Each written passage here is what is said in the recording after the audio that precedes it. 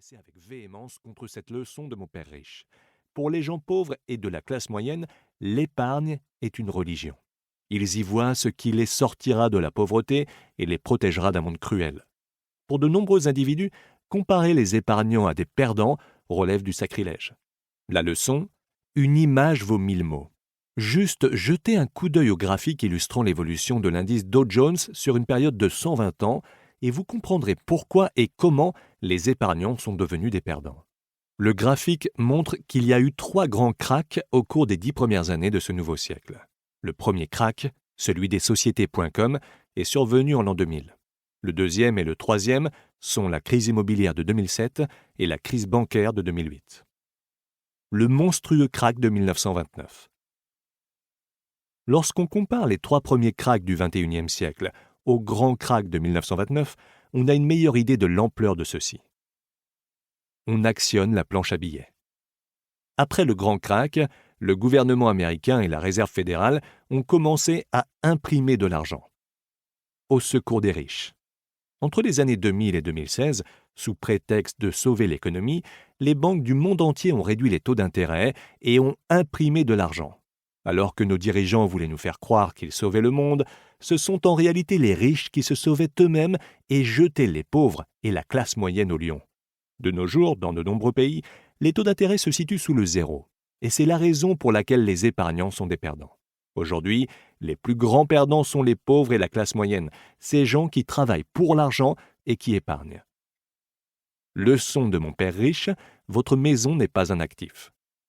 Il y a 20 ans, en 1997, tous les éditeurs qui m'ont envoyé une note de refus ont critiqué cette leçon de mon père riche qui affirme que notre maison n'est pas un actif. 10 ans plus tard, en 2007, les gens qui avaient contracté des prêts hypothécaires à risque ont commencé à éprouver des problèmes de remboursement. La bulle immobilière a éclaté et des millions de propriétaires ont compris à la dure la vérité de cette leçon.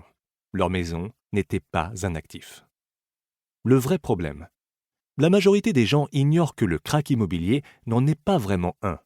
Les pauvres n'ont pas provoqué le krach immobilier, ce sont les riches qui l'ont fait.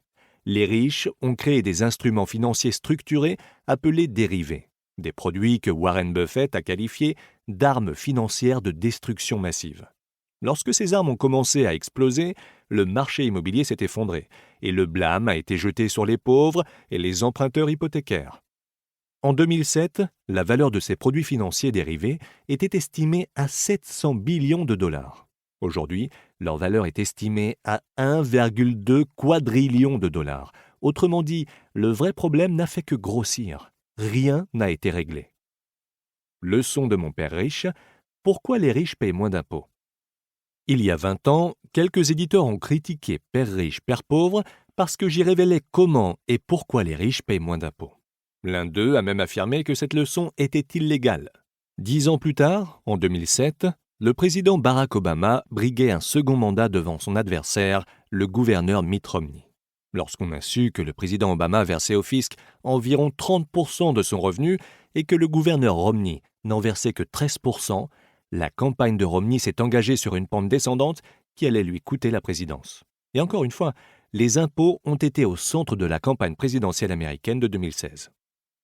Au lieu de tenter de comprendre pourquoi des individus tels que Mitt Romney et le président Donald Trump paient moins d'impôts en toute légalité, les pauvres et la classe moyenne se mettent en colère. Même si le président Trump promet de réduire le taux d'imposition des pauvres et de la classe moyenne, la réalité est que les riches paieront toujours moins d'impôts. Et ceci nous ramène à la leçon numéro 1 de mon père riche. Les riches ne travaillent pas pour l'argent. Tant et aussi longtemps qu'un individu travaille pour l'argent, il paie des impôts. Mais lorsque la candidate Hillary Clinton a promis d'augmenter le taux d'imposition des riches, elle ne parlait que des gens qui touchent des salaires élevés, médecins, acteurs et avocats, et non pas des ultra-riches. Il y a 20 ans. Bien que Père riche, Père pauvre n'ait pas connu un succès immédiat, comme l'album Sgt. Pepper des Beatles, il s'est inscrit sur la liste des best-sellers du New York Times en 2000 et il y est resté pendant près de 7 ans. Et toujours en 2000, Oprah Winfrey a communiqué avec moi. Elle m'invitait à son émission.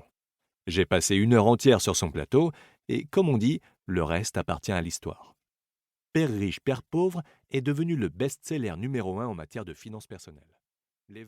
Para seguir escuchando este audiolibro gratuitamente, haz clic en el enlace de la descripción y podrás escucharlo completo sin coste gracias a la prueba de 30 días de Audible.